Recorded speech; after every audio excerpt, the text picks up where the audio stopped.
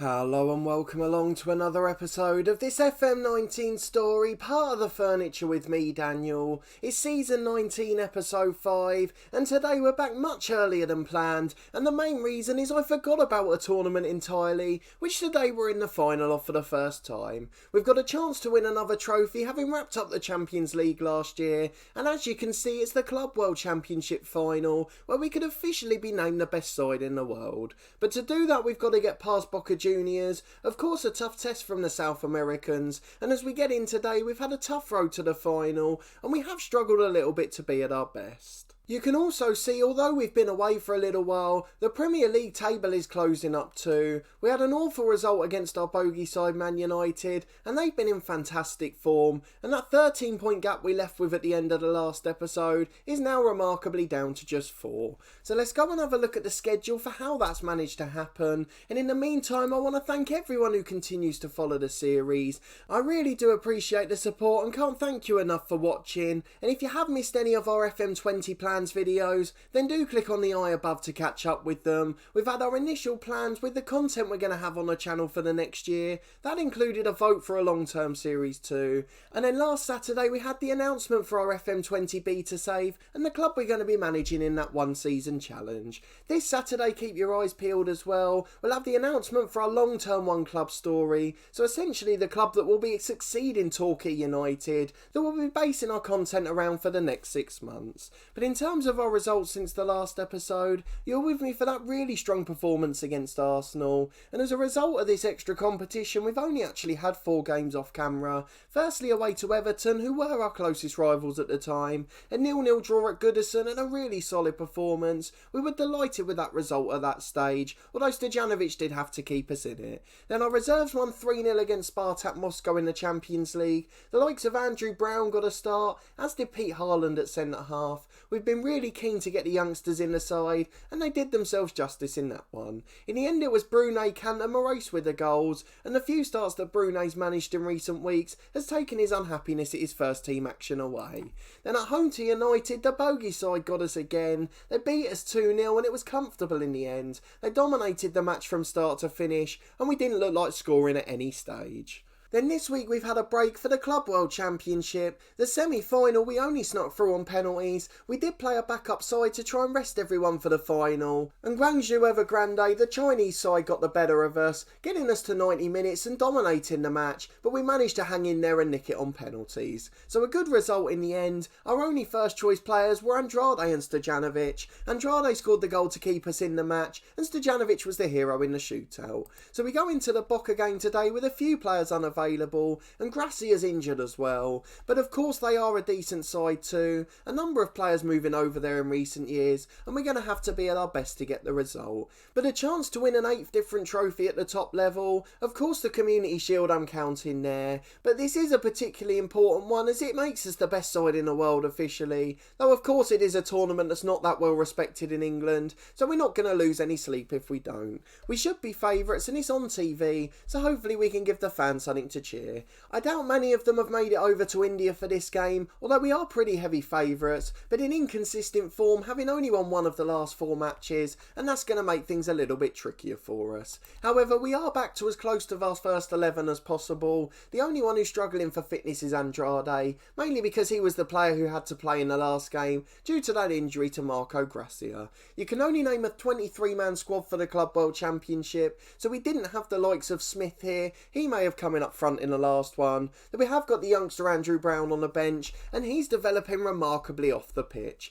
If we go and have a look at him very quickly, look at the stats he's got there. 2.5 star ability, 4.5 potential, a wonder kid, an under 21 England international, and his stats across the board are becoming pretty sensational. It's almost a shame he didn't come along 10 years earlier, as he could have been one of the best players in the world. But our lineup for today is Stojanovic in goal, the usual sweeper keeper duty for him. Then Cura and Wagner the fullbacks, with McDonnell and Hole in the middle, and Singy one of the only players who remains unhappy, alongside Bruno Moraes' fellow backup defender. We've got Bakanes, Kante and Omar the trio in midfield, and I guess that's one of the positives of the semi-final. Maddie Keita made his long-awaited comeback from injury. His stats have gone down slightly, but he's still a very good player at this level. At the age of 30, he may not get it back, but of course he's got a role to play this season. We've got Yeladian and Silla on the wings with Andrade up front, the usual positive mentality, and I'm hoping we can be at our best and put Boca Juniors to the sword and hopefully add another trophy to our legacy.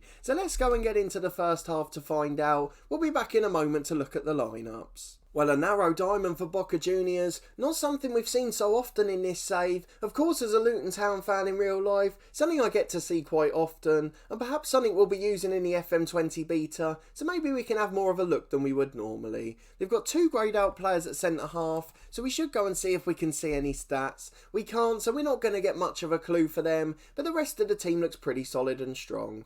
We're playing our usual 4-3-3 of course, so I'm hoping we'll be able to overrun them out wide, as we tell the lads to go out there and prove a point. All the defensive players are very well motivated. His backing is at the back to Wagner. Looks like a lot of yellow shirts in the crowd, so maybe the Torquay fans have got over to India, possibly a trip of a lifetime. Is Yeladian to Cura on the right as we come forward immediately. Andrade flicks it at the near post, a glancing header towards the back stick, but it's an easy save for the Boca Juniors keeper. 5 minutes gone and it's still 0-0, but we've had the first real chance of the match. Here's a corner for Omar, 15 minutes gone now. Quiet game so far as Hull nods it on, as does Kante, but it's pinball in there, and eventually it comes out to Yeladian and Omar. Back to Bacanez at the edge of the box. Good effort, tried to sneak it in at the near post, but it just went wide and it's still 0-0. Then we've got another long throw with Cura to Kante. His shot's aimless and it's well wide in the end, and Boca Juniors still surviving at 0-0. We're back with Jimenez on the right hand side for Boca, the right back charging forward there. Rodriguez flicks it on but there's no striker in the box, and in the end it's comfortable for Stojanovic. Omar delivers at the other end, header over the bar from McDonnell. He really should have done better, unmarked from just over 6 yards out. Boca Juniors only had one shot on target, otherwise we've dominated the game. They'll be happy though, it's still 0-0 and we really need to take advantage of our dominance. It's Cura at right back with a throw into Yeladian. He tries to find Omar in the centre circle, plenty of time to switch it but it wasn't a great ball, but the clearance only goes as far as Yeladian. He finds Cura who delivers to the back stick. Jimenez nods it down rather than away, and Andrade takes advantage with a glancing header, and he just beats the keeper and trickles in the far corner. 1-0 to Torquay with just over 5 minutes to the break, and that man Alex Andrade to the rescue again. It's a long throw for Cura on the left now. Are we going to take advantage and get 2 quick goals? Back to Bacanez at the edge of the box, and he's got 2 men there as Wagner. Kante's the other one, he shoots from distance, but he's tipped wide of the post by the Boca Juniors keeper, and it's going to be another Torquay United corner.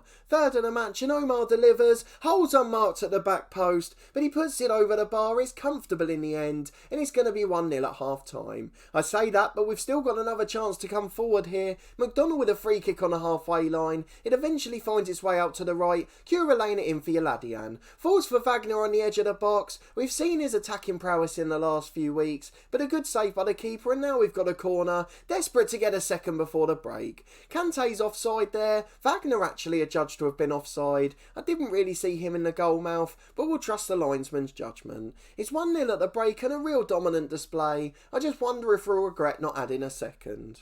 We're going to encourage the lads. It was a pretty decent performance. Boubacar Silla's motivated out the lot. We don't really want to lose our way in this second half. We did it in the other game against the Chinese side Guangzhou, and they obviously got back to level terms and penalties. And the last thing we want is 120 minutes when we've got big league games coming up over Christmas. We bring it down with Omar in the middle though. He finds Silla out on the left wing. 5 minutes gone in the second half, and we're trying to create a chance for a second. Andrade holds it up well and out to Cura on the right byline. Jimenez up more than away again, and he's flicked back in by Omar, and Andrade volleys it into the net. A brilliant finish and 2 goals coming from poor clearances from Jimenez. The right back for Boca Juniors costing them the game. We've doubled our lead and I think that's just about it now. We've just got to be professional for the rest. A poor clearance from the keeper finds Silla. He tries to cross but it's blocked. Now Wagner finds him yet again. Great delivery from the left back and Yeladian heads it in. The keeper probably should have got something on that. It was a pretty feeble header at a good height of the near post, but it goes into the back of the net and the keeper's rating suddenly dropped.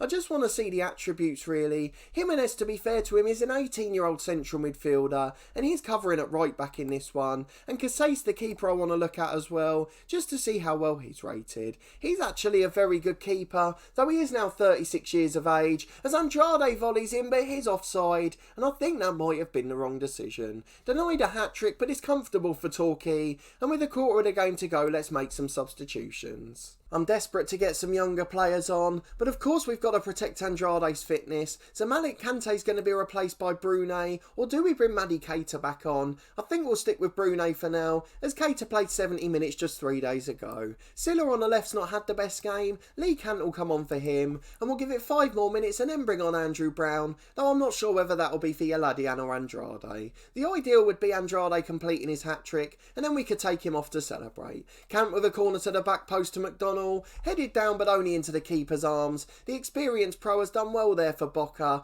They still haven't had a shot in the second half as we continue to dominate the match. He gets the ball back there from his centre midfielder. Didn't look like he really wanted that, but Palacio brings it out eventually and they're coming forward on the right hand side. It's very narrow and we've dealt with it well as Bacanes wins it high up again. Here's Yaladian coming over halfway. Tries to put Andrade in one-on-one, shoots and it's just over the bar, and I'm afraid that was the last chance for his hat-trick. He'll be unhappy to come off after scoring 2 goals, but we need to protect him for the big winter schedule. Andrew Brown comes on up front and the youngster gets to play in a big final. Just 2 minutes to go and it looks like Andrew Brown's going to be denied a first goal, We really wanted him to get it today and I thought it was the right opportunity, though Yaladian's tried to put him in there, hasn't quite got enough on the pass. Bacanes out to Wagner on the left. He finds Omar who chips it in, Yaladian's there and volleys in for 4. It's a shame it wasn't Andrew Brown, but again Omar slicing the defence open with his passing. A brilliant player he is and he's become one of the best signings of the series. Yaladian's a player we were worried about, don't forget, looked like a flop in his first season, and he's become one of the superstars as well, and he'll now return more than his 88 million paid. Still our record signing, I believe, but of course he's now been worth it, and both the players we mentioned have a rating in the 9s, closely followed by Wagner at the back. It's a 4-0 win, a comfortable victory in the Club World Championship final, another trophy and another outing for the pink and grey suit. What a comfortable, comprehensive victory it was. Let's go and give the team talk to see what the lads said about the game. Hopefully they'll react well. Stuart Jellin wants us to appreciate their efforts, and fingers crossed that'll get their confidence back ahead of the domestic schedule continuing. We play Wolverhampton Wanderers in 3 days' time, a decent Premier League team of course, and hopefully Andrade will be well rested for that, although the travel time may catch out some of the lads. In the 3rd place playoff, Guangzhou must be devastated with their luck. They've lost on penalties yet again, this time to Seattle Sounders from the MLS. But let's see what the media have said about us. We've wrapped up a double this season. The European Super Cup and Club World Championship, 2 trophies we've never won before, and I wonder what that'll do in the Hall of Fame. We'll go and see how many points it was worth. But there's the confirmation, we lift the Club World Championship. We'll deal with the press conference off camera. Another £3.84 million into the bank, something that will help our financial security. We win it and I'd imagine we would have been favourites. Yet another trophy on the board, and the boss is pleased with the Club World Championship win. Of course the board should be very happy with it. What else are they going to say? An English team wins it for the first time in 3 years, and the Champions League winner from Europe is normally the victor. Yaladian was in form, so we'll go and praise him. Superb in front of goal with 2 clinical finishes, and the review of the tournament shows how good our attacking players were. Andrade the top scorer, and Omar with the most assists. Considering Omar only played in 1 match, that's a pretty good achievement. Yaladian's wanted by Atletico Madrid. We're never letting him go in a million years. He's become one of the best wide players in the world, and he's going to be staying with us for the rest of the season. So let's quickly check the competition screen to see how we've got on there. We are the victors in the Club World Championship, and we have had a couple of other draws as well, so let's have a talk about those quickly. We play Watford in the quarter-final of the Carabao Cup, and if we get through we face bottom Premier League side Brentford in the 2-legged semi-final. We've got our beloved Luton Town in the FA Cup 3rd round. The side will of course be managing in the FM20 beta, and then remarkably we've drawn the Irish side Dundalk in the last 16 of the Champions League. They've done brilliantly to get there as a side, and they've got players worth multiple £1 million across the board. A really good side, and they're developing well. It looks like they've become a really decent team. There's a couple of players that were linked with us many years ago. The likes of Paddy Connolly was scouted about 12 or 13 years back. When he was an 18-year-old, he was a superstar in our scout reports. At the time we couldn't afford him. How things have changed over the years. But over the Christmas period, the main thing for us is the Premier League. We've got to make sure we get back to winning ways. Manchester United closing us down quickly, and we've got to try and extend that 4-point gap. Let's quickly check our dynamics have recovered with that victory. They have. The dressing room atmosphere's up to very good. Ray Probert unhappy, I think he may be leaving soon. Just not good enough at this level. Even Lemaire's overtaken him now. And then finally the Hall of Fame. Let's see what that result has done for us. We're still not in the top 20 of the world yet, but in terms of our nation we're down in 9th. Neither of the trophies we've won this year affect that, but of course we're doing well in our nationality one, closing down Bob Paisley at the end of our last season. But let's finish on the schedule to see when we'll next be back. Of course it's going to be an exciting Christmas period with games coming up in multiple competitions. I think we're going to try and get through the next few matches. Hopefully we'll get through in the Carabao Cup. Fingers crossed the FA Cup won't cause a banana skin, and we'll be back towards the end of January for one of the big Premier League matches. Of course we'll have the end of the January transfer window too. Probably a little movement going out of the club, so we'll wait and see how we're doing in the Premier League and if we've managed to sign any replacements. But if you did enjoy this episode and our fantastic victory in the final of the Club World Cup, please do put a thumbs up on the video. Let me know in the comments what you thought of the performance and adding another trophy to the cabinet. And have you been screaming at me all season, or had you forgotten about that tournament as well? Let me know if there's anything you think we need to do in January. For me, it's probably just letting the likes of Probert go. There's a couple of lads unhappy who we should be able to let out the club, and maybe we can even let Moraes go too, and bring back someone like Zitinho. Subscribe to the channel for daily FM20 content from the end of next week. As soon as the beta's released, we'll have our FM20 beta save, which of course will be with Luton Town, and we'll also have our one club long-term story, just like this Torquay United one, and you'll find out who will be managing in that on Saturday when we make our club announcement at 4:30. So I hope you'll come and join me for that. In the meantime, we'll have the rest of this final season from Sunday onwards. We've got a thrilling conclusion to come and lots of competitions to fight for, so hopefully we'll be able to win at least a couple of them. There's also 2 episodes a week from my Cricket 19 career on Tuesdays and Saturdays at midday. A massive thank you to everyone who's continued to support that series, as we've gone through a fair few milestones in recent weeks,